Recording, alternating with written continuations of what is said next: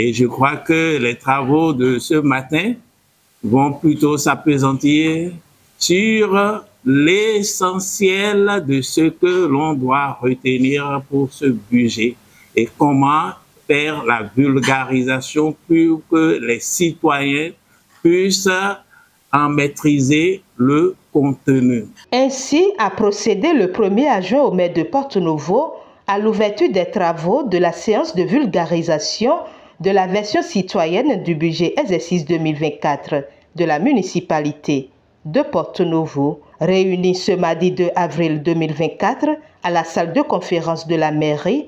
Les autorités et cadres de la municipalité ont pris part à cette séance avec les acteurs de la société civile et ceux du programme Participe d'elle.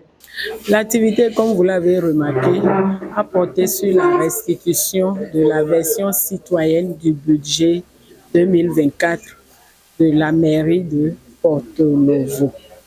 Cela a consisté en quoi? Cela a consisté à restituer cette version citoyenne, une version simplifiée que le citoyen lambda peut comprendre. Parce que vous savez, les budgets, c'est de gros documents que tout le monde n'arrive pas à comprendre. Donc, il a fallu travailler avec la direction administrative et financière pour rendre accessible le budget exercice 2024 aux citoyens et à tout le monde. Et vous avez vu à travers cette restitution qu'il y a certains secteurs clés qui ont été mis en exergue. Les secteurs qui ont trait aux services sociaux de base.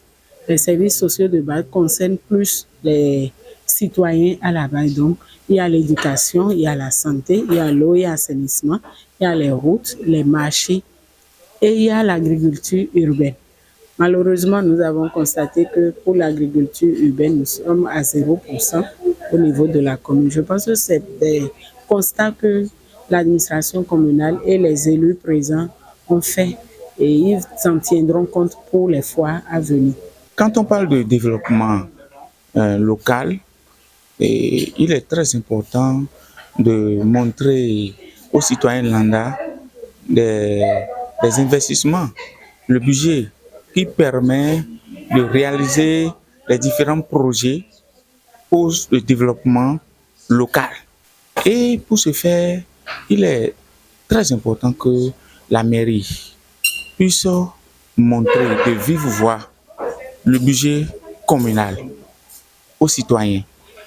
Et pour qu'au moment où on parle de mobilisation des ressources, que le citoyen sache ce qu'il doit faire avec ce budget-là.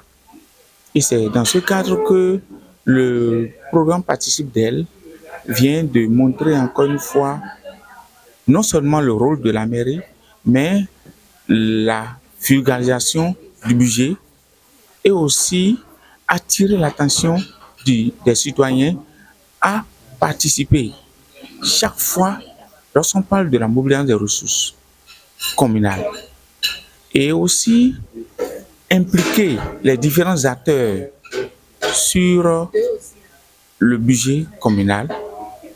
Et non seulement cela aussi, mais faire comprendre le contenu du budget communal à chaque citoyen. C'est d'ailleurs ce qui fait la présence des OSI que la CPC représente dans la commune de Porto-Novo.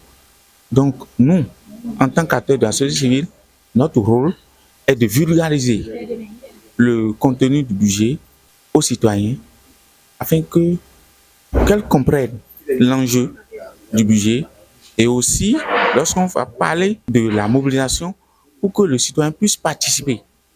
C'est ça notre contribution. Donc nous tenons à remercier les partenaires qui accompagnent toujours la commune de Porto-Novo dans les réalisations de ces différents projets. Et non seulement les partenaires, mais aussi les autorités de la commune de Porto-Novo et les citoyens. Donc, chaque acteur doit contribuer pour que le budget soit vraiment réaliste et que sa vulgarisation soit vraiment notre contribution pour que les citoyens puissent comprendre ce que les élus font avec le budget. La pertinence de cet exercice qui s'inscrit dans le cadre de la transparence budgétaire a été relevé et l'engagement de la secrétaire exécutive, Aimée Isabelle Essoudaïto, à poursuivre l'exercice a été salué. Un exercice, désormais une obligation dans les communes qui se doivent de rendre compte aux citoyens.